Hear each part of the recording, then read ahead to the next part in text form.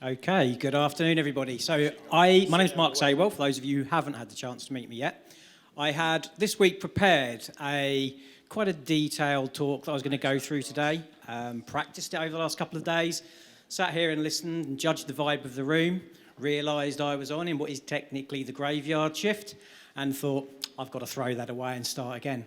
So what I'm going to be doing here is completely off script. It's completely out of my head. Hopefully you'll still get plenty of value out of it.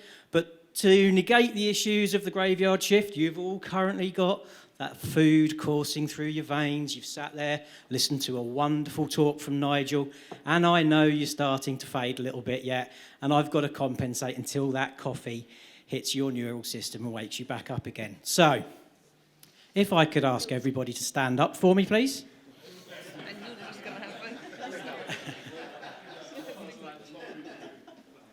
So the first thing that I want to ask, and some of you are going to be sitting down pretty damn quickly here, first thing I want to ask is, stay on your feet if you have, during your career, or even recently, worked on an IT system, regardless of the function, that is absolutely abysmal. Stay on your feet if you have used an abysmal system. Pretty much everybody's still up. I thought that might be the case. Okay. If you were actually told by the leadership of the company why that system was in place, stay on your feet. Otherwise, sit down. You can sit down, but otherwise, stay on your feet. Okay. If company procurement were involved in the process of selecting that system, sit down. If an external consulting firm was brought in to support the selection process, sit down.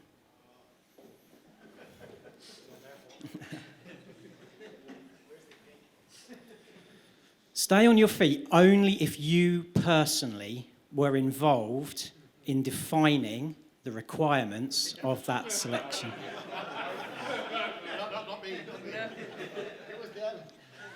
And I still had 3 or 4 points left on my checklist, and we have now got every bum sat down. So every person in this room has been involved with IT that has been selected on a sub-optimal basis. A lot of the key themes of today has been around the topic of how important to a business people are. And, just looking around, you all strike me as people. So I'm pretty certain that you people had not been involved in a fundamental business change at the organisations that you've been involved in. In the context of a system selection exercise, pretty much like anything else in the business, the key answer is people. If in the process of selecting an IT system, you have not catered to the needs, the desires, the requirements of your people, which accounts for about 80% of the process and the focus of a good system selection exercise, you're running short. I said 80%, the remaining 20%, that 80% involves the direct involvement, direct catering to the people in your organisation, how important it is to those as the people who keep your business ticking over on a day-to-day basis. That remaining 20%, 80% of that 20%, you've got to make sure that you're thinking about the impacts on your people. A tiny, tiny slither of IT transformation is done outside of involvement of your people, outside of the people who are on your project, or outside of the people who are in your business. One of the first things I mentioned in there was understanding why the change is taking place. It is absolutely critical to have a good reason why change is being implemented in the IT world. Burning platform could be one example. Could be a brand new need. New IT for a new way of working where you just need a new platform, a new system. The most successful IT selection exercises will demonstrate cause, need, something that you can promote to your people so they understand why you are uprooting their lives and their existence. Simply turning around to them and saying, this is going to save us some money. Well, they don't care about that. They want to come in, they want to do their job. If you can give them something that means that their job is going to be more effective, more efficient, they're going to be, probably it's going to be easier for them to buy in. IT selection leads to an IT change project, leads to disruption, leads to upheaval, leads to nerves. As mentioned earlier on in one of the other sessions. Once you start causing nerves in people, they start fearing for their jobs. Why would they then engage with the project that you're doing? Just making and inflicting change on people is not going to be a route for success. So it's very, very important to help people understand why. What is this change for? What are we driving that is new in the business? Not all change is going to have value immediately to the people who you're working with, but you need to understand and help them understand that the change is real, that there is a change for a purpose, and that they have a place within that change. Once you've got that clear focus, that clear objective, that clear strategic goal defined and announced, the next important thing is that somebody's leading it. Now, over the last few years, unfortunately, I've been involved in a couple of projects where there was a clear void in the leadership of these change initiatives. If you don't have that clear strategy, and that clear strategy is not owned and led by a champion on the board, again, why should anybody support it? Why should anybody endorse it? Leading it doesn't just mean saying a few nice words in a monthly email either. It means being present, being visible, championing why change is taking place, why we are going down the process of selecting a new piece of IT, putting people through a change program that is going to materially impact their jobs on a day-to-day basis and into the future. So leadership is really, really key, really, really clear. A practical example, one of the clients I've been working with recently, they're a large vehicle lease hire organisation based out of Milton Keynes. Medium-large size company. Pretty much every vehicle that you see, commercial vehicle you see on the road is probably owned by them. You wouldn't know who their name was, but you go past their vehicles every single day. Their ERP selection exercise project was owned and managed by an accounting director, which sounded fantastic. An accounting director, somebody who's got some kudos, somebody who's got some substance. The people in this organisation are going to listen to this person, right? This accounting director wasn't on the main board. He reported into a finance director.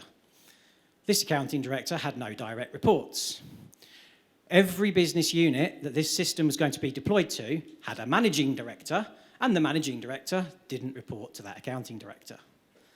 So we had a sponsor who had a lovely title and no kudos, and in fact, every single person who needs to be a main stakeholder on that system being bought into and rolled out had no desire to listen to him. So it's really, really key to make sure that you have that purpose, and that purpose is driven, and it is understood, and it is championed. The last thing that you can have happen is for an independent consultant to come into that organisation and then be seen as the person who's deploying that change. That change has got to be owned internally, and it's got to be owned by somebody with kudos. Once you've got somebody in that position, the individuals in that organisation who you need to be mobilising that change, supporting and facilitating the selection exercise and the IT change, they've got somebody who they can look up to. You've activated the people. You've got somebody who You've got something in place that the people can engage with, can understand and work with, and they know, if I help this guy out, I might get a little bit of kudos. There's immediately a hook there for them that's going to support and facilitate their buy-in to what they're delivering.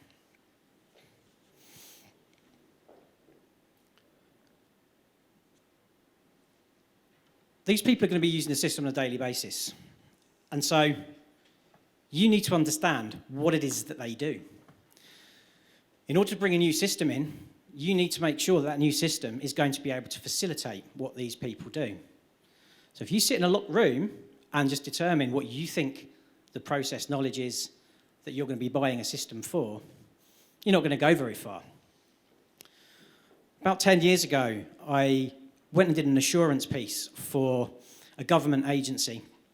How can I say this in a way that doesn't give them away who it is? I don't think I can really. It's a government agency that's responsible for tourism. And they were they were looking to bring in a new ERP, and the IT manager, who had taken responsibility for leading the initiative, and ultimately was the main project sponsor as well, so there was already a little bit of a gap there as to how well that was going to go, said that she was pretty committed to go down a Unit 4 route because every other government agency she'd worked for had used the Unit 4 solution and it worked for them. The other organisations included a marine organisation, and it included, what was the other one now? I can't remember what the other one was now. But certainly, this system, as far as she's concerned, worked with a marine agency. So should easily be able to translate to a tourism agency, right? Because clearly they do exactly the same processes. That was the extent of the exercise they went through on their vendor selection. And then they wondered why they had a pretty damning assurance report that came through that said they had to make some significant changes in order to do a decent exercise to pick the correct ERP system. So it's worth having that conversation and understanding within your business. The next levels down below your primary project sponsor, your business experts, your subject matter experts, your business process owners, and having them actually define what your process taxonomy looks like in the organisation, that is going to be the bread and butter facilitated by your new system. If you don't have that process taxonomy in place, you've got very little mechanism to be able to start comparing and adjudging, first and foremost, what the new system needs to do, and next up, whether any of the products that you're looking at in the market are actually capable of doing what you need them to do. Major pothole that some of the organisations I've dealt with in the past have fallen into on that particular area is you go in there and say, okay, we need to define a specification, a scope for what this new system needs to deliver. And so many times the response that I get back is, oh, I just want it to do good practice. That's great, but good practice for what? Oh, all the processes, we just want it good practice.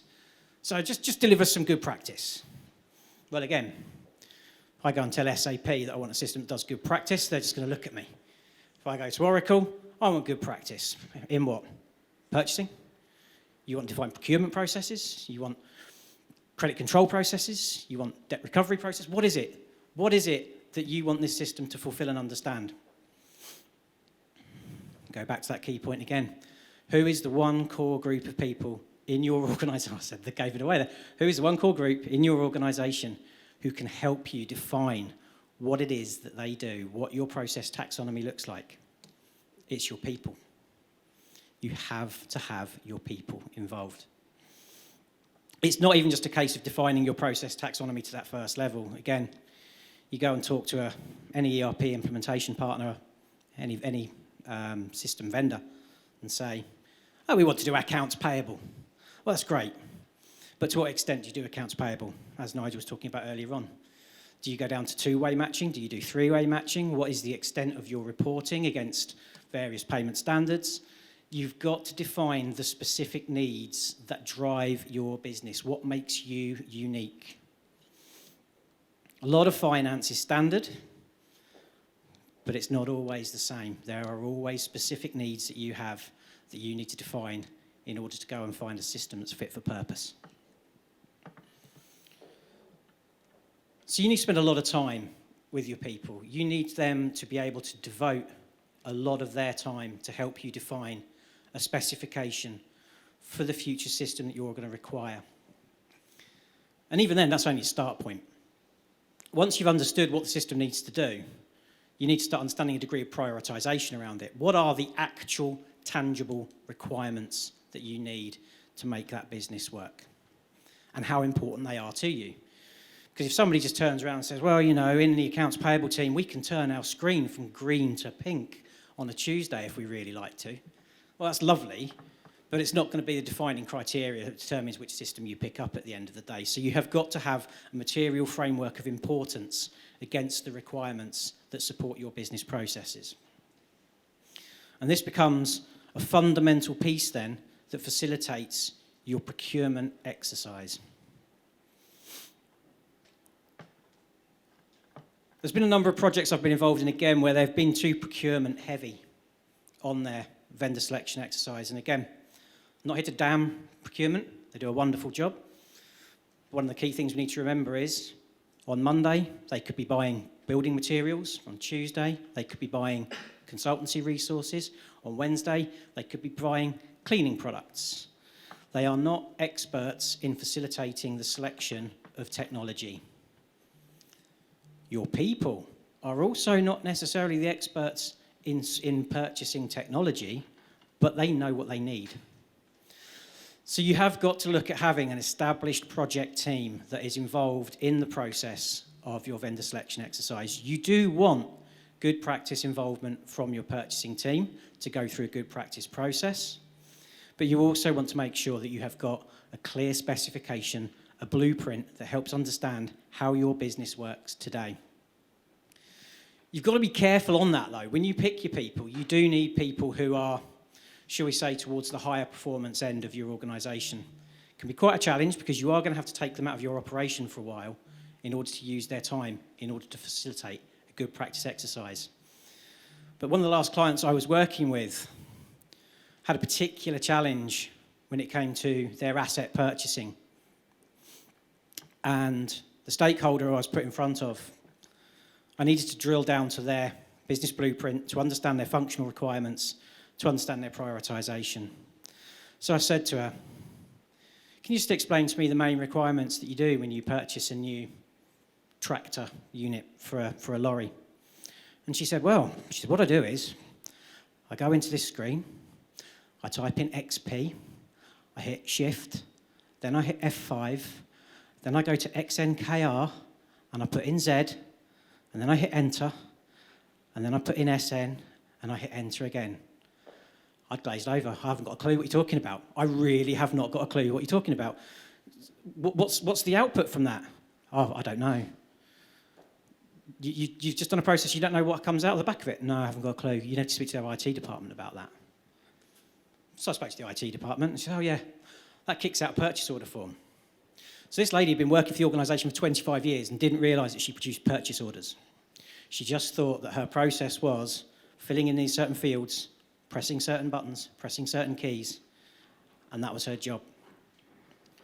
And again, how am I going to do a vendor selection exercise with a group of people like that helping me determine what the business does and what they need from a new solution? So you have got to make sure that you pick people who understand what it is they're doing. And the easiest way to do that is to focus on outputs and outcomes. The process steps you go through are broadly irrelevant.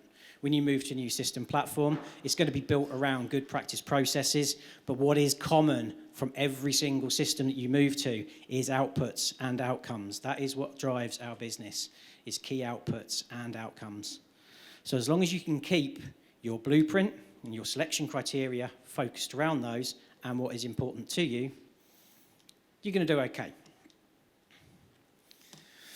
One of the key areas where system selection exercises can go horrendously wrong when it comes to costing is where those processes haven't been well defined, where there is a key report you require, a key workflow you require, something that is very, very specific to the business operation you do. It could be key data, regulatory data, where you need a specific field that probably doesn't exist in the standard platform. All these things become extensions and enhancements. And if you don't define them at the point that you're going through a selection exercise, well, first and foremost, if you define them at that point, we may find there's a standard means whereby you can deliver that out of the packages you're looking for. At the worst case scenario, if there's not a standard means, the extension can be costed in to the project at the point you acquire it. So I tell you something, if you sign that piece of paper and acquire that system, and then uncover those issues down the line during testing, wherever it may be, your implementation partner is going to be rubbing their hands with glee at what they're going to be able to charge you in extensions and add-ons. And again, it comes back down to that same thing. Where can you find out what these extensions are? Who knows what the critical fields, data, reports, workflows, approvals are in the processes that you go through? I don't need to say it myself, do I? Come on, who is it? People. People. Always the same, your people.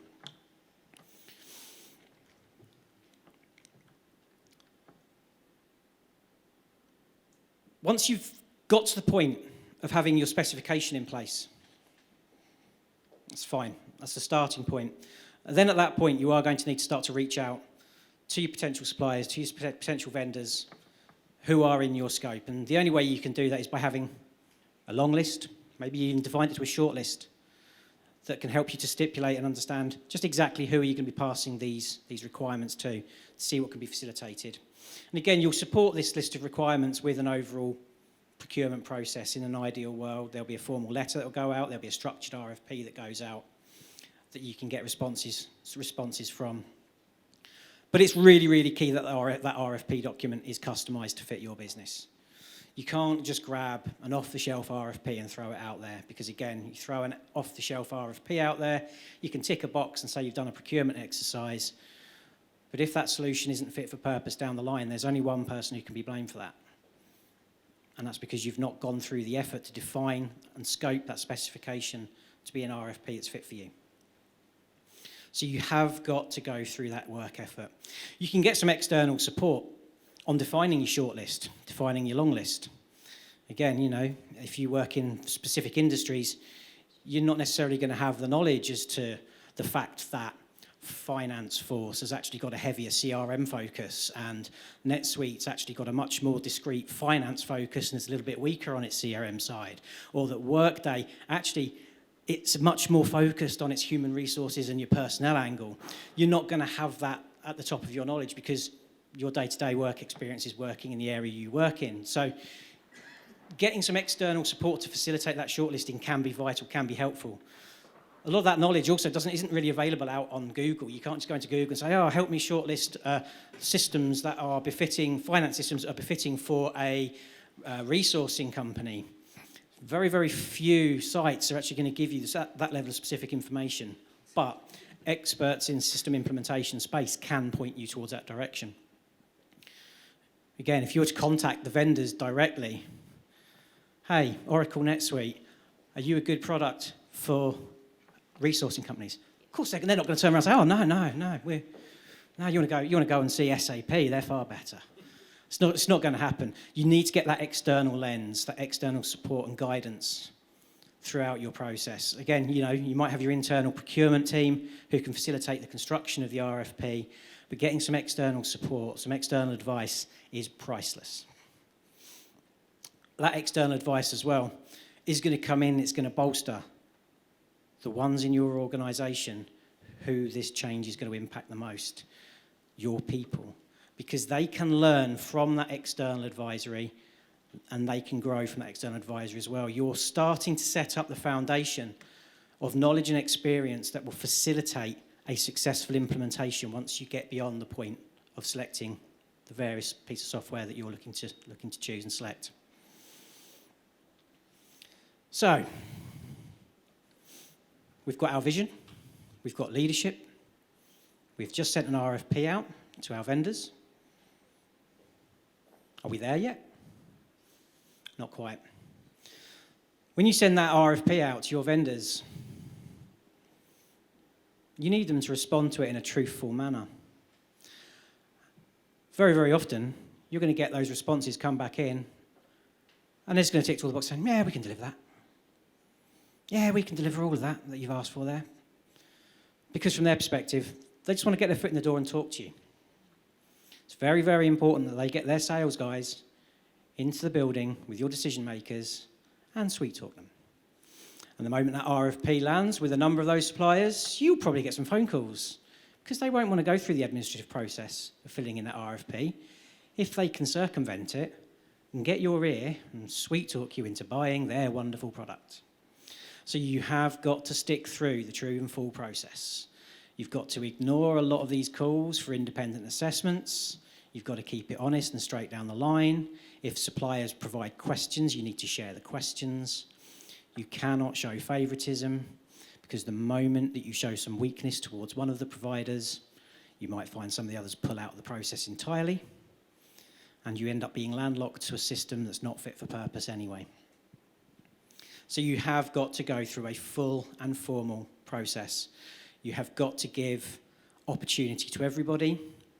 And one of the things that you need to make sure is fundamental in your process, outside of the paper exercise of these system providers, simply telling you what you want to hear on their piece of paper, get them in the building with an agenda of the key things that you want to see their system do and have demonstrations in front of your key stakeholders. Because it's very, very easy on a piece of paper to say you can do something. But again, often, even once you sign that piece of paper that says you want to engage with that organisation, there's ways and means whereby they can turn around and say, oh yeah, but we can do it, but we can't do it out standard out of the box. It's going to need to be an extension. It's going to need to be an enhancement. And all of a sudden that blank check's been signed and they're going to be costing you money to build that functionality. Whereas if you give them an agenda before they come in and do demonstrations, and those demonstrations are a key scored part of your selection exercise, they have to come and show you that they can deliver the main functionality that you want. It also gives you another opportunity where those key stakeholders, they'll get a decent sense from looking at the system that they've got, that they bring in, which ones feel and look right to them. An organisation that comes in with a code-driven system where you have to remember a whole handful of transaction codes is probably not going to be as enticing as something that looks like a nice Amazon shop window where they can just use their mouse and click around the screen and select intuitively the functions and the process they want to do. Again, involve your people. It is absolutely fundamental. Get them to help with the specification, get them to help with the selection. Once you've then got to that point and you've got some decent scoring, then you can start to throw it out a little bit. You can then start to have your purchasing team, start to have some of their conversations, start doing the nickel and diming, see if you can get that price down to something that you want to make it more in keeping with where you want to be. But whatever you do, don't get caught out by going for the cheapest option. It's going to be your business users, your people who are using that system. So for the sake of a 5% cost difference on your total operating cost, don't negate the interests of your people. You want to keep them happy. You want to keep them content and working in your business to make your business operate as best as it possibly can do. So don't just go for the cheapest option. Go for the best fit option. Now, there is another dimension that I would throw into the mix on this. And that is that you can never have too many opinions when it comes to just validating that the process has been effective and the process has been efficient. You may be using some internal staff for your procurement exercise. You may be using an external consultant to come in and facilitate some of the expertise on the process that's gone through. Don't worry about the idea of bringing in an external assurance partner to review your process as well, because you can get an awful lot from it. An external assurance partner can just help validate that your primary partner doesn't already have preconceived ideas of what they want to bring in. They can help you make sure that you're not missing a trick on some of the steps of your procurement team, just by bringing in that external view, looking over the processes you're doing, and they can provide you some exceptional hints and tips that could lead to improvements in the delivery of your process and whether you've used your people to the best extent to get the best outcome on the system that you're choosing. Unfortunately, we didn't get the opportunity earlier on to hear from Chris on assurance. I think there would have been an awful lot of value from that. And I don't know if at the moment, if there's anything that Chris would like to actually add at the moment on the topic of assurance. Yes, there is, but I've been writing down far too much to cover in the next 2 minutes have I got? 2 or 3 minutes. I was just going to give you an example. When we got the option to go on the tour this afternoon, everybody chose to go on the tour. They didn't want to talk about assurance because that's a bit boring. So I went on the tour as well. But I thought I'd try and use that. Maybe, forgive me if this is not the greatest example in the world, but you should do project assurance up front before you start. Don't leave it to halfway through, because that's when somebody like me will come in and tell you, you're going that way, you should have been going over there. But for the organisation of the tour today, everybody chose to go on the more exciting version. And that's what happens in business. People choose to go on the programme or the project that is more exciting. It's the one that might look better on their CV. Nobody wants to sit down and work through a benefit dependency matrix and work out whether the benefits are going to be delivered. But somebody organised a tour here. I'll say it was Michael. So he briefed them on what they wanted. He organised 2 people, the lead chap who did it, and the guy at the rear who was coming up behind to make sure none of us snuck off or stole a T-shirt or a shirt out of the changing rooms. He knew where to go. He'd got a route, so that route was pre-planned. He knew how long it was going to take. He knew that he had to get from there to there, talk about certain things at certain times, and bring everybody back in here so that they could be ready to listen to the chap who spoke before, Nigel. Yeah, so he knew that all that was on track, and that was him going round, and he'd got some level of assurance. Now, I'm sure one of us, probably me or any one of us, could go around and say, well, actually, I'd prefer it if we didn't go through the tunnel at that time. I'd rather we go somewhere else first, or I'd like to go around the other side of the stadium. But that's all part of what happens on a programme. You need to be able to understand where you've started from, where you're trying to get to, at what point. You need to manage the costs, you look at the resources. Have you got the right resources? Just echoing back what Mark was saying here, it is all about the people. And too often I'll quote a recent one, it was a housing association, so I don't know if anybody's here from a housing association, but I went in to do a programme assurance on that, and the first question was, what are you doing and why are you doing it? And just as I'm getting here, the response was stunned silence, because somebody had said, we need to do this. But nobody had asked, why do we want to do it? Are we doing the right thing? Have we got everybody in place? Again, with going back to the tourism and the marine thing that Mark mentioned as well. They'd assumed because a building company or somebody else had this system or this process, it was going to work for a housing association. But they just brought 2 housing associations together. One did it A to B, the other did it F to C. So they all did it different. They all did it backwards or forwards or sideways. But nobody went in and checked how they were going to do that. The other main problem that they had, because they hadn't done any project assurance up front, was this is going to be a fundamental change to the whole way this organisation works. So it's sponsored by IT. It's led by the CTO. Business, you can get involved as and when we decide it's appropriate, you can get involved. So they got a black mark from day one. It was wrong from the word go. And the other thing I would say is, the definition of what assurance is? It's a positive declaration of an intended outcome. So you need to know what you're trying to do, how are you going to approach it, and how are you going to measure it? So what's the objective? What are the major goals and milestones you're going to achieve? So describe what you want to do, put some measures in place, big measures, then describe the strategies you're going to take to achieve those measures, and then put the measures in place as well. So you've got a description, something that can be measured at a high level, some more detailed level of what you're going to use to achieve those interim milestones, and then the detail level of what you're going to measure. Because if you don't measure it, it won't happen. But assurance right from the beginning and all the way through can be a program director, program manager's role, but quite often it's useful to have an independent, objective viewpoint to come in and check on that as you go through. That was very quick. Thank you, Chris. So just to sum up, before I take any questions that there may be for me, define that goal, define the project, scope it, scope your needs, prioritise your needs, engage, engage, engage. Never lose sight of the fact that the people whose lives you're changing are the ones that you need, are the ones that understand the detail of what you do today, and are going to be the ones that hopefully are still involved once you bring the new piece of software in. And by bringing them in early, it means you can keep them on that journey, you can keep them happy, and hopefully they become prized assets during the implementation project as well. That time that you invest early on pays you back multifold by keeping people engaged, feeling that they've got some ownership of what their future is going to look like.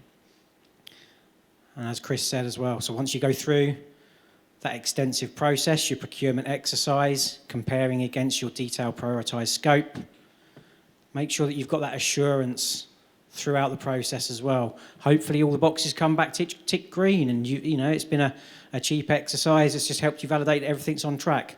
But you never know, that external assurance partner could just give you that valuable piece of advice that puts you onto a better path to get a system that is actually a better fit for you. Any questions from anybody?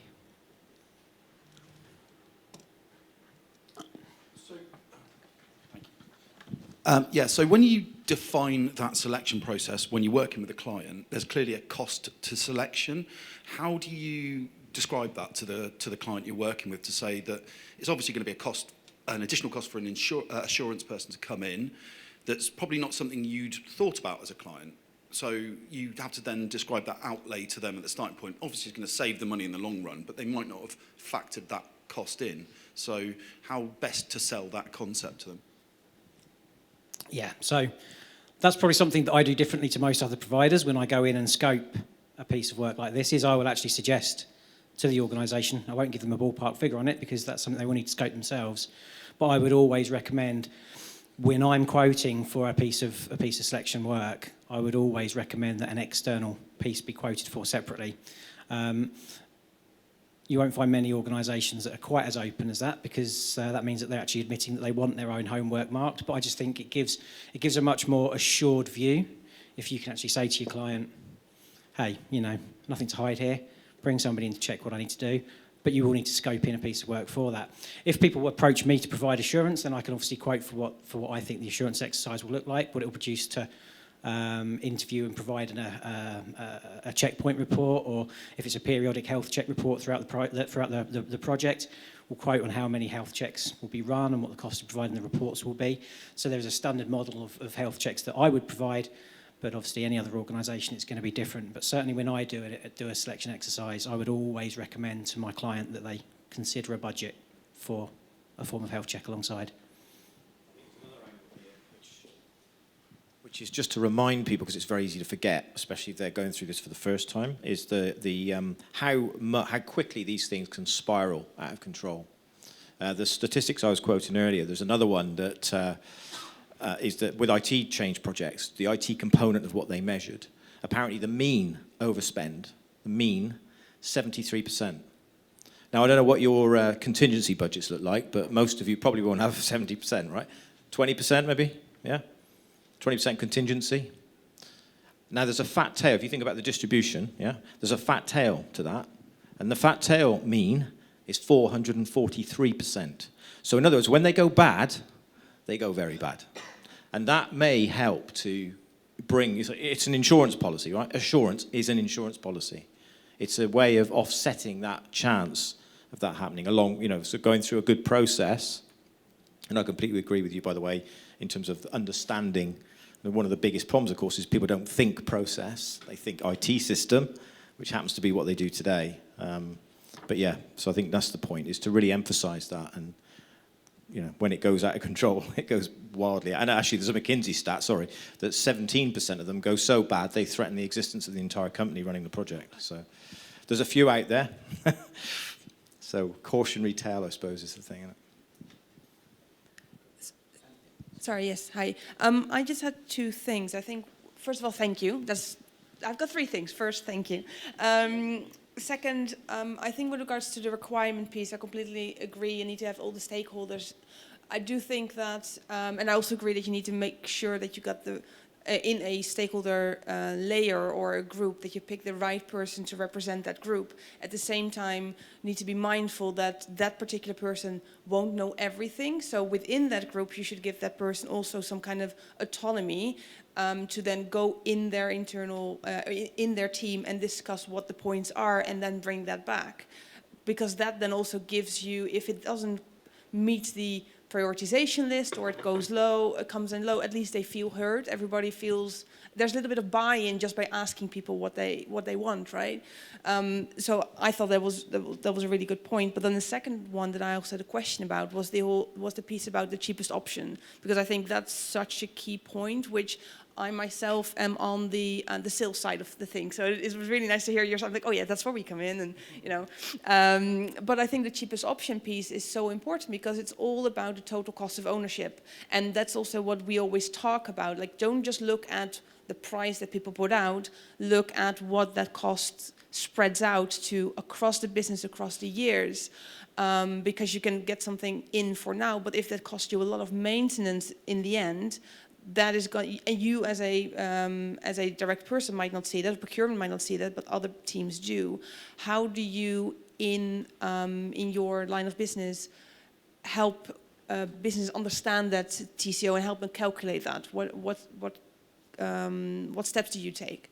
Well, I think you made two exceptionally valid points there. So, I mean, when it comes to your second point around the people engaged in the process, you're absolutely right. You fundamentally treat those people as business process owners. You don't expect them to be able to deliver absolutely every piece of information you require from their own head. They do need to be engaging with the wider business, with the wider stakeholders, in order to bring that to the table. In the context of the total cost of ownership, absolutely, that's something you need to set parameters early in the engagement around. Is this going to be an on-premise system where you're going to have internal service operations staff to maintain your own hardware? Are you going to be looking at a cloud model? A lot of that you can define the parameters early and up front.